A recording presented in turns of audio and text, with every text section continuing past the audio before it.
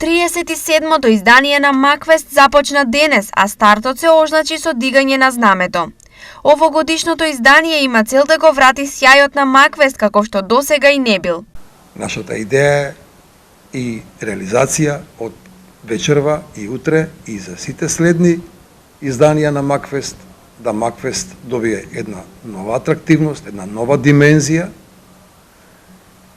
и тоа не водеше при изборот на изведувачи, на каков тип на песни. Според градоначалникот Иван Јорданов, ревијалното издание би значило трка за најдобра песна до наредната година. За разлика од годините во минатото, нема да има прва, втора и трета награда, туку ќе има една трка по завршувањето на фестивалските вечери, која композиција до година ќе биде најслушана од страна на македонската и пошироката јавност, од македонската публика, така да тоа е нашиот концепт кој што сметам дека ќе го привлече вниманието на македонската и пошироката јавност. Новитети на овогодишното издание има повеќе, а едно од нив е и црвениот тепих кој ќе биде добредојде на сите присутни на Макфест, а од организацијата сметаат дека ова ќе биде на вистина успешна година која ќе се забележи во историјата на Макфест. Предвиден е црвен килим на почетокот на манифестацијата.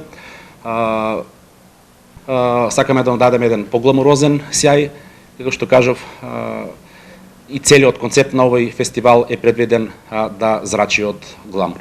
Очекуваме успешен фестивал и многу хитови.